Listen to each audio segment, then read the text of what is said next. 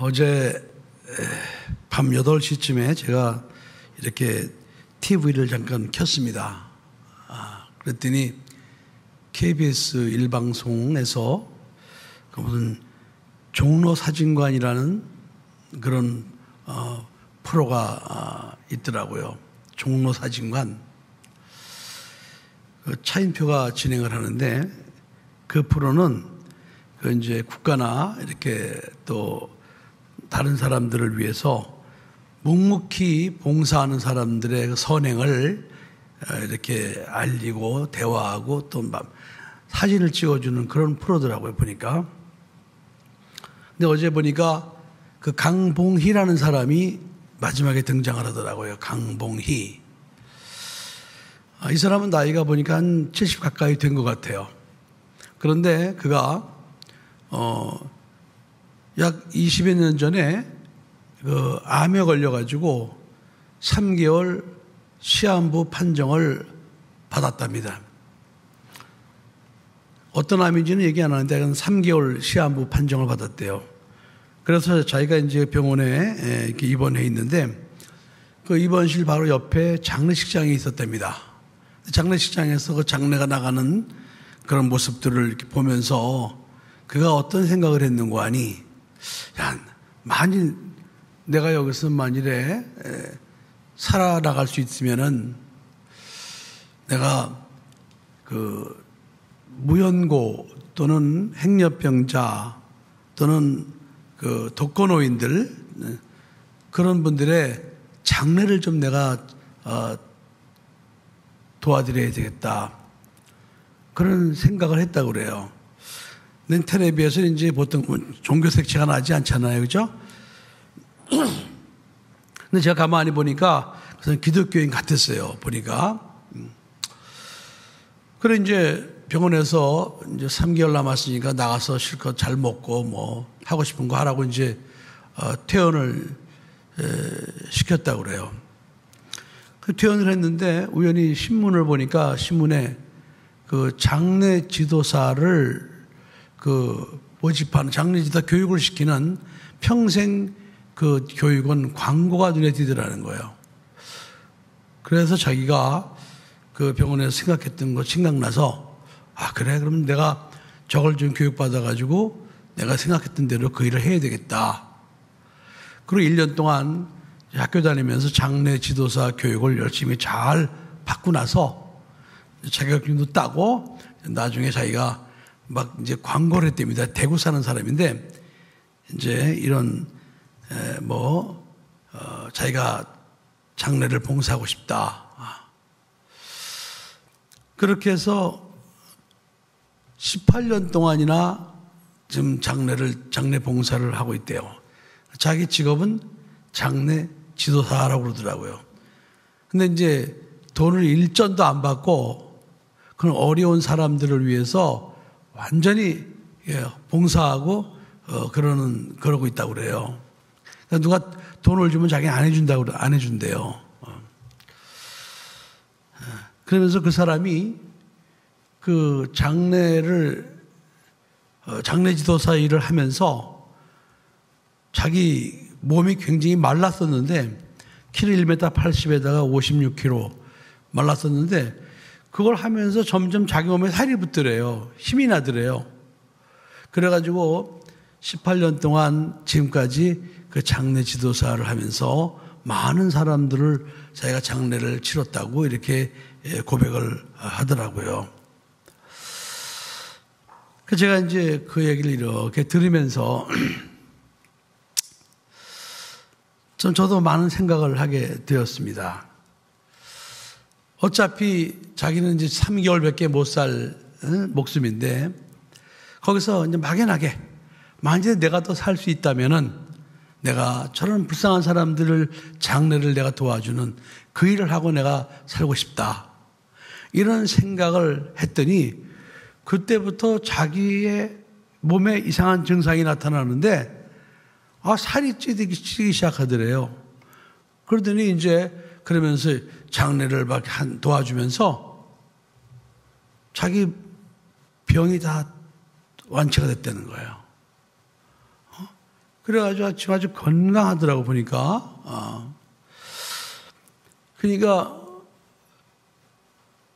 그 사람이 그렇게 봉사하는 삶을 살겠다. 어차피 나는 죽었던 목숨인데 이 죽었던 목숨을 만일에 다시 살려준다면은 내가 이제부터는 그 은혜를 감사해서 내가 남에게 봉사하며 살겠다. 이렇게 하고 결심을 하니까 그때부터 그 일이 풀어지더라는 거예요. 자기가 살게 되더라는 거예요. 여러분, 우리는 두 번 우리는 다시 살아나는 사람들입니다. 일반적으로 볼 때 한 번은 성령으로 거듭나서 하나님의 자녀로 거듭났고 또 그 다음에 보면 또 여러 가지 이제 또 어려움 속에서 또 뭐 다시 사는 적도 있고 뭐 저 같은 경우도 죽음 앞에서 이렇게 하나님의 은혜로 또 살아난 적도 있었고요. 대부분 이제 그런 경험들을 조금씩 가지고 있거든요. 근데 이렇게 우리가 참 죽었던 목숨을 살려주신 하나님 앞에 그 은혜를 감사하면 그때부터 우리를 살려주신 하나님께 기쁨을 드리는 삶을 살아야 되는 것이 당연한 일이거든요. 당연한 일. 근데 우리가 그렇지 못한 우리들의 모습을 이렇게 보면서 참 회개도 저도 하고 여러 가지로 전 생각을 많이 했습니다. 죽었던 목숨을 살려주셨다. 그러면 이제 그때부터는 이제 자기 죽었던 목숨을 살려주신 그분 앞에 그분의 뜻대로 이렇게 살아가는 것이 너무나 당연한 일 아니겠습니까? 그런데 이제 우리가 보통 보면은 몸에 병이 걸렸거나 그랬을 때 그냥 낳게만 해달라고 그러지 낳고 나서 나를 낳게 하신 하나님 앞에 내가 어떻게 그 은혜를 갚을 것이다 이런 생각들은 별로 안 하는 것 같아요.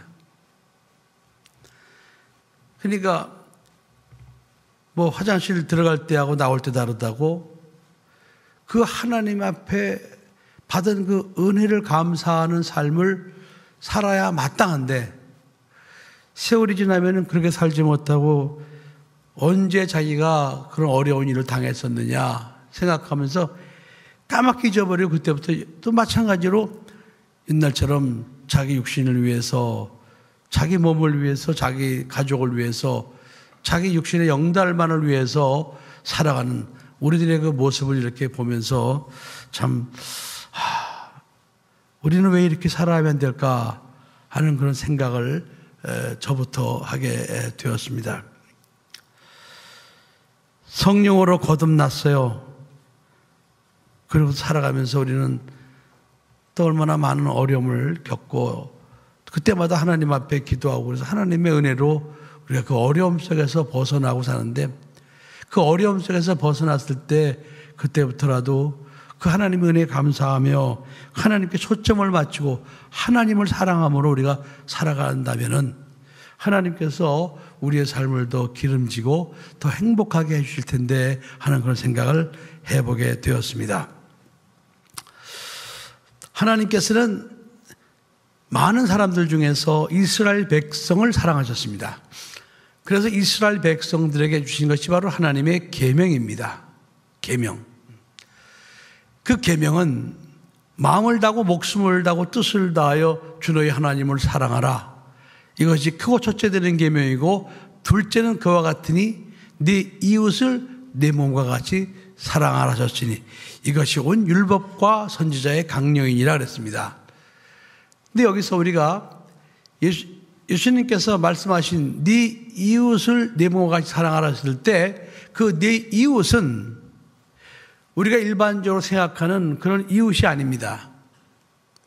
네 이웃은 형제를 말하는 겁니다. 그러니까 구약의 이스라엘 백성들은 다 한 집안 식구입니다. 아브라함, 믿음의 조상 아브라함을 아버지라 부르는 한 형제로 혈통으로 맺어진 민족이 이스라엘 민족, 히브리 민족이란 말이죠.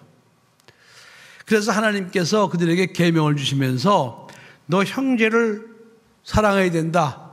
네가 하나님을 목숨을 다해 사랑하는 것처럼 네 형제를 그렇게 사랑해야 된다. 이렇게 계명을 주신 것입니다.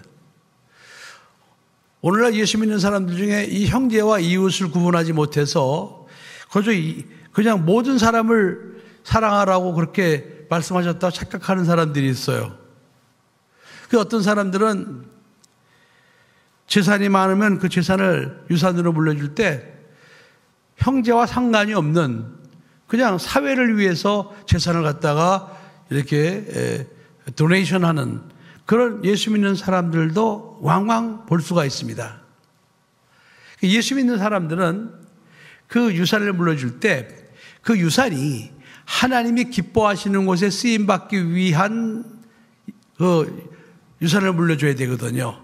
가령 그 유산을 통해서 복음이 전파되는 곳에 쓰게 해야 되든지 아니면 이 유산이 하나님께서 기뻐하신 일에 쓰임받게 하려고 그러든지 이렇게 하나님의 형제들을 위하여 이 유산이 쓰여지기를 원할 때 그 유산이 하나님께 기쁨이 되는 유산이 되는 것입니다.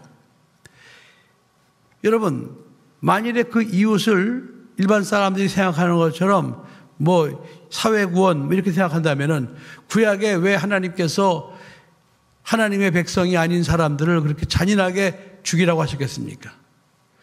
여리고성 안에 있는 여리고성 사람들을 왜 남녀노소를 불문하고 다 죽이라고 했겠습니까?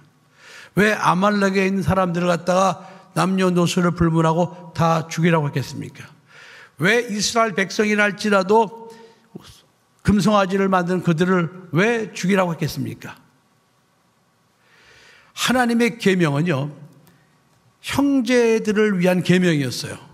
형제들을 위한 계명인데 그 계명은 약점이 있었습니다. 그게 무엇인가 하니 용서할 수 있는 기능이 없었어요. 용서. 그러니까 법은 법인데 용서할 수 있는 법이 없었어요. 그래서 이스라엘 백성이라 할지라도 그 계명을 지키면 하나님의 복을 받지만은 그 계명을 어겼을 때는 그들은 하나님의 용서를 받을 수가 없었습니다. 자, 그래서 하나님께서 그 용서해 주시기 위해서 독생자 예수 그리스도를 이 세상에 보내주시고 그 계명으로 정죄된 우리들의 모든 죄를 대속하기 위하여 예수 그리스도가 대신 고난을 받으시고 십자가에 못 박혀 피 흘려 죽어주신 겁니다. 그러면서 그때부터 이제 하나님께서 말씀하시는 형제는 누군가니 예수 그리스도를 믿은 하나님의 자녀들이 바로 하나님이 말씀하시는 형제가 되는 겁니다. 그러니까 예수 그리스도를 믿지 않은 사람들은 절대로 형제가 될 수가 없어요. 여러분 가만히 생각해 보세요. 형제는 두 가지 조건을 갖춰야 됩니다. 형제는 첫째, 같은 피를 나눠야 돼요. 그죠? 또 두 번째, 형제는 한 아버지 밑에서 태어나야 돼요. 이게 형제란 말이죠, 형제. 그래서 우리는 예수 그리스도 안에서 예수의 피로 우리가 구원받은 형제가 되었고, 또 우리는 예수 그리스도를 믿음으로 한 아버지, 하나님을 아버지라 부르는 자녀가 된 거예요. 그러니까 형제로서의 영적인 조건을 갖췄습니다. 그래서 하나님께서 말씀하신 형제라는 것은 예수 그리스도를 믿은 하나님의 자녀들이 형제라는 사실 여러분 분명히 믿으시기 바랍니다. 형제. 여러분, 예수 그리스도를 믿지 않으면은 육신적으로 가족은 될 수 있지만 영적으로 형제는 될 수가 없어요. 가만히 생각해 보세요. 여러분들이 오늘 이제 이번 주일이 이 추석 명절 주간에 가운데 껴 있잖아요. 그죠? 아마 여러분 중에서 믿지 않는 가족과 함께 사는 사람들은 여러분들이 오늘 교회 간다 그러니까 아마 여러 가지 이상한 말을 들은 사람이 있을 거예요. 아니, 명절 때 가족과 함께 있는 게 좋지 무슨 교회를 간다고 그래? 한 주쯤 빠지면 안 돼? 그렇게 하면서 이상한 광신자 취급을 받은 사람도 여러분 중에 분명히 있을 것입니다. 그러니까 육체적으로 같은 피를 나누는 형제라도 그 육체는, 그 형제는 영적인 형제가 될 수가 없어요. 그래서 영적인 형제가 하나님의 자녀로서 살아가는 것을 방해하게 됩니다. 그러니까 여러분들 입장에서 내 형제는 누군가? 내 진정한 형제는 누군가? 내 진정한 형제가 누군가를 확실히 여러분들이 분별을 하셔야 됩니다. 내 진정한 형제는 예수 그리스도를 구주로 영접해서 하나님을 아버지라 부르는 자녀들이 내 진정한 형제라는 사실 여러분 꼭 믿으시기 바랍니다. 그래서 성경에 보면 신약 성경에 형제라는 얘기가 단어가 많이 나와요. 형제를 사랑하는 자. 형제를 사랑하는 자는 예수 믿는 하나님의 자녀들을 말씀하는 겁니다. 그래서 불신자를, 이웃을 향한 최고의 사랑은 무엇인가 하니 그들에게 복음을 전해서 그들을 갖다가 영적으로 하나님의 자녀로 거듭나게 하는 것이 불신자를 향한 최고의 사랑이에요. 최고의 사랑. 그러니까 불신자들에게 그 사랑을 전하지 않으면 그 사람들은 절대로 하나님의 자녀로서 영적인 형제가 될 수가 없는 겁니다. 그러니까 최고의 사랑은 불신자들에게는 복음을 전해서 그 영혼들이 하나님의 자녀로 거듭나게 하는 것. 이것이 최고의 사랑이에요. 형제 사랑.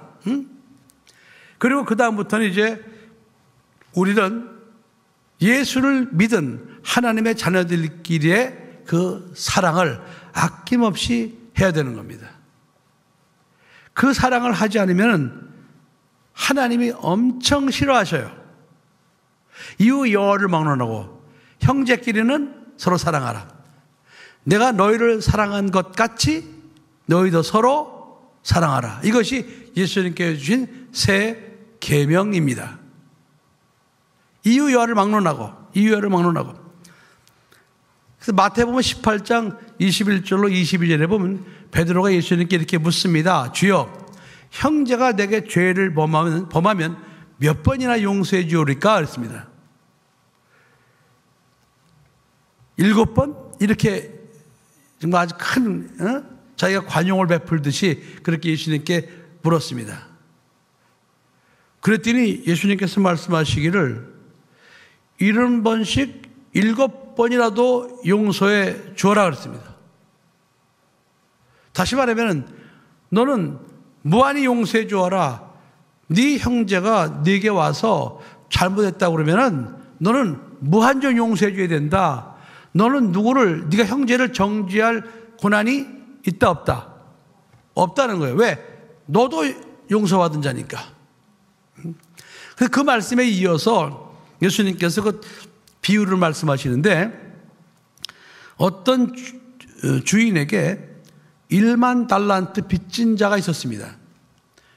근데 그 빚진 자를 불러다가 너 갚아라 그랬더니 그 빚진 자가 갚겠습니다. 한 번만 봐주세요. 이렇게 사정을 했단 말이죠. 너 갚아야 돼. 너 못 갚아? 너 네 몸이라도 가져와. 네 자식들, 네 모든 소유 갖고 와. 갚아야 돼. 갚아야 될 거예요. 근데 좀 기회를 주십시오 하고 사정하니까 봐줬단 말이에요. 그러면서 그 주인이 그렇게 그 사람이 불쌍해서 1만 달란트 빚을 탕감해 주었다고 그랬습니다.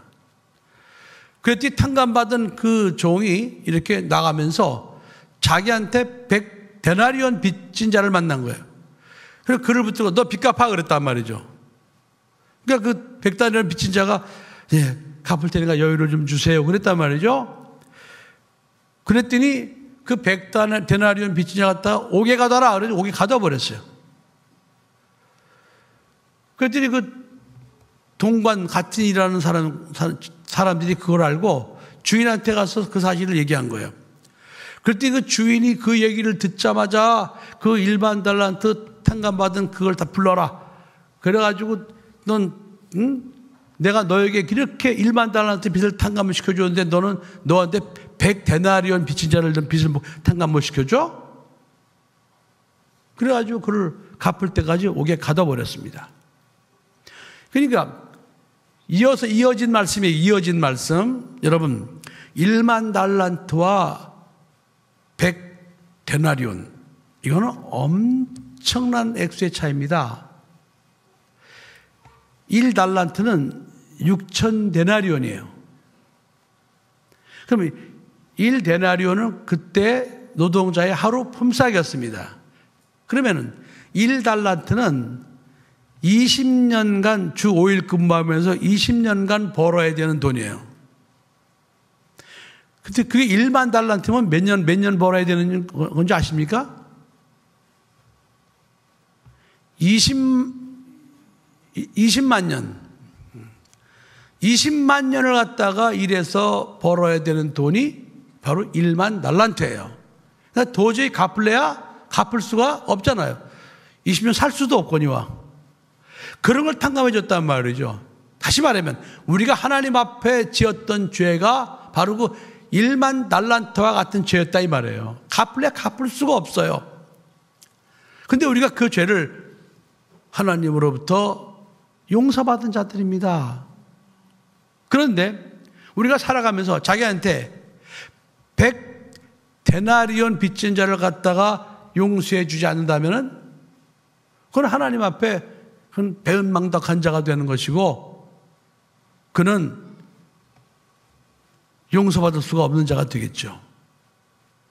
그래서 이후 여호와를 막론하고 너는 1만 달란트 빚을 탕감받은 자이니 혹시 누가 너한테 잘못한 사람이 있으면은 너는 무조건 너도 탕감해 주어라, 용서해 주어라. 이것이 예수님의 말씀이었어요. 예수님 말씀. 우리는 남을 정죄할 권한이 없습니다. 그런데 우리가 여러분 살아가면서 보면요, 남을 정죄를 많이 하잖아요. 근데 우리가 1만 달란트 빚을 탕감받은 자였다는 사실을 까맣게 잊어버리는 거죠. 까맣게 잊어버리고 누가 나를 서운하게 한다든지 나에게 잘못을 저지르려면은 그걸 용서하지 못해가지고 그걸 꽁하고 있고, 화목하지 못하고 이런 삶의 모습들이 우리의 삶 속에서 얼마나 많이 나타나는지 모릅니다. 그러면 그렇게 할 때 누가 제일 마음 아파하시겠냐고요? 하나님이 제일 마음 아파하시겠죠. 왜 마음 아파하실까요? 저놈이 나는 1만 달란트 빚을 내가 탕감해 주었는데 자기한테 100데나리온 빚진 자를 탕감해 주지 못하고 있구나. 그것 때문에 아마 하나님 아버지가 제일 마음이 아프실 것 같아요.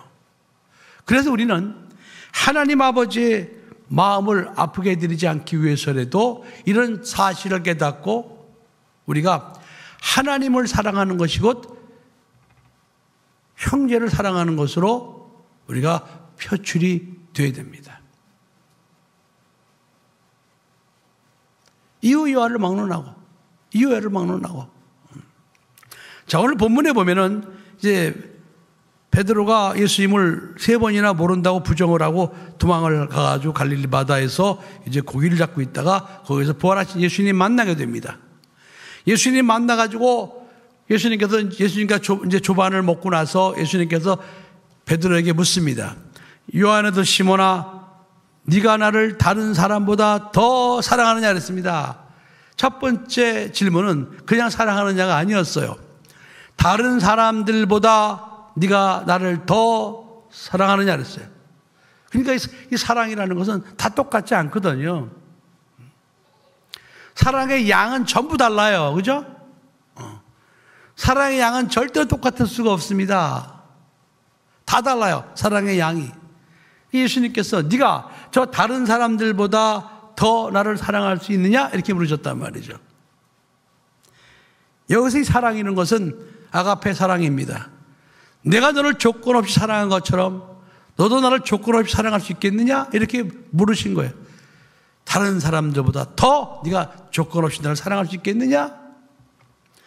그랬더니 그 질문에 베드로는 제가 예수님만을 이제는 사랑하겠습니다. 이런 고백을 했어요. 거기에 대답이 예수님께서는 물으실 때 아가파스메 그랬습니다. 너 조건 없이 나를 사랑할 수 있어? 근데 베드로의 대답은 필로세 그랬습니다. 필레오 사랑. 네, 저는 이제부터 정말 너무나 부끄럽지만은 예수님만을 사랑하겠습니다. 이 고백이에요. 그래서 사랑이라는 한글로는 똑같지만은 이게 원어로 들어가면 그때 사랑한다고 말했던 그 고백의 뉘앙스가 다릅니다. 그때 예수님께서 말씀하시기를 내 어린 양을 먹이라 그랬어요. 어린 양을 먹이라. 복음을 전해서 예수를 믿는 어린 양들을 네가 먹이라는 거예요. 형제 사랑하라는 거예요. 예수님께서 또 물었습니다. 유한 아들 시몬아, 네가 나를 사랑하느냐? 여기도 마찬가지로 너 조건 없이 사랑할 수 있어? 그때 베드로가 대답하기를 똑같이 저는 이제 정말 제가 비겁하게 예수님 모른다고 제가 그렇게 도망가지 않고 제가 정말 예수님만 사랑하겠습니다. 필로세 또 그랬어요. 그랬더니 예수님께서 말씀하시기를 내 양을 치라 그랬어요. 내 양을 치라는 것은 내 양을 갖다가 푸른 초장과 잔잔한 물가로 너 인도해서 성장을 시켜라 이 말입니다. 성장을 시켜라. 형제를 갖다가 영혼을 구원해서 복음을 전파해서 영혼을 구원해서 어린 양일 때 그 어린 양을 잘 먹이고 또 그 양을 갖다가 푸른 초장으로 또 잔잔한 물가로 인도해서 성장을 시켜라 이 말이에요. 형제 사랑하라 이 말입니다. 예수님께서 또 묻습니다. 유한 시몬아 네가 나를 사랑하느냐? 그때 그 사랑은 첫 번째, 두 번째 사랑과 다릅니다. 그 세 번째 사랑은 필레이스메 너 정말 너 죽도록 나만 사랑할 수 있어? 이렇게 물으신 거예요. 그러니까 그때 베드로가 대답하기를 필로세 그랬습니다. 다시 말하면 제가 정말 주님을 위해서 제가 죽겠습니다. 죽겠습니다. 이 고백을 한 거예요. 제가 죽음으로써 주님 사랑을 제가 보여드리겠습니다. 이 고백한 거예요. 그래서 예수님께서 말씀하시기를 그 고백이 끝나자마자 이제 18절에 내가 진실로 진실로 네게 이르노니 젊어서는 네가 스스로 띠띠고 원하는 곳으로 다녔거니와 늙어서는 네 팔을 벌리리니 남이 네게 띠띠우고 원치 아니하는 곳으로 데려가리라. 이 말씀을 하시면 베드로가 어떠한 죽음으로 하나님께 영광을 돌릴 것을 가리키심이라 그랬습니다. 예수님께서는 베드로가 이제 앞으로 복음을 전하고 이 사역을 감당하다가 그 십자가에 거꾸로 박혀서 순교할 수 있느냐? 너 그 정도로 나를 사랑할 수 있어? 너 나를 위해 죽을 수 있어? 이렇게 마지막 세 번째 물으셨다 이 말입니다. 그때 베드로는 필로세 제가 예수님을 위해서 제가 죽겠습니다. 이런 사랑의 고백을 한 것입니다. 자, 여기서 우리가 중요하게 알아야 할 건 뭐냐? 예수님께서는 형제 사랑을 원하시는구나. 형제 되게 하는 것과 어린 양을 먹이고 내 양을 치고 내 양을 먹이는, 그러니까 형제 사랑하는 것을 예수님이 마지막에 말씀하셨구나. 그래서 우리는 이런 사실을 깨닫고 불신 영혼들에게 복음을 전해서 그 영혼들을 형제로 만드는 일에 힘쓰는 것이 바로 이것이 우리가 구원받은 자로서 하나님의 은혜를 따라 살아가는 성도들이 되는 것입니다. 그리고 예수 안에서 구원받은 자녀들을 갖다가 서로 사랑함으로 어린 양을 먹이고 또 양을 치고 또 양을 먹이는 형제 사랑을 통해서 하나님으로부터 받은 그 은혜를 감사하는 삶이 되는 것입니다. 여러분, 아까 제가 그 장래 지도자에 대해 얘기했어요. 그 사람 3개월밖에 살지 못하는 시한부 인생에서 살아나가지고 18년 동안이나 장래 지도사 하면서 그렇게 그런 봉사하는 삶을 살고 있습니다. 그랬더니 그동안에 그의 건강이 좋아져서 지금도 열심히 그 일을 하고 있어요. 우리가 하나님의 은혜로 구원받고 하나님께서 기뻐하시는 형제 사랑의 삶을 산다면은 바로 그것이 하나님께 기쁨을 드리는 삶이고, 또 하나님께서 우리가 그런 삶을 살 수 있도록 계속해서 우리를 축복해 준다는 사실을 여러분 꼭 믿으시기 바랍니다. 저는 이 말씀을 제가 오늘 준비하고 묵상하면서 제 자신이 참 회개를 많이 했습니다. 왜 그런가 하니, 제가 성도들을 사랑한다고 이렇게 하면서도 이번에 참 코로나 사태로 인해서 많은 상처를 받으면서 나도 모르게 그 상처가 제 속에 이렇게 자리를 잡게 됐어요. 그래서 생각만 하면은 열불이 나는 거예요, 열불이. 그렇게 불신자를 구원해서 어린 양을 먹이고 치고 먹여서 그렇게 참 하나님의 자녀로 살아갈 수 있도록 그렇게 헌신의 힘을 다했건만 그렇게 사랑을 했건만 그들이 이 교회를 떠나고 그러는 모습을 생각할 때 제가 1만 달란트 탕감받은 자였다는 사실을 까맣게 잊어버렸던 거예요. 그러고는 제 속에서 생각하면 열불이 나는 거예요. 그러면서 제 속에 상처가 이렇게 쌓였었습니다. 그러면서 말로는 뭐 괜찮다고 말하지만은 속으로는 그게 잘 용서가 안 되는 거예요. 그래서 제가 이 말씀을 묵상하면서 그래, 내가 바로 1만 탈란트 내가 탕감받은 자였는데 내가 왜 그랬을까? 내가 바리새인이었구나. 내가 위선자였구나. 아니, 그 성도들이 다 내게 아니고 하나님의 양이고, 또 하나님께서 키워주신 것이지 내가 키웠나? 이런 생각을 하게 된 거예요. 그래서 제가 그래, 맞아, 하나님 용서해 주세요. 제가 이제부터는 절대로 도둑질을 안 하겠나이다.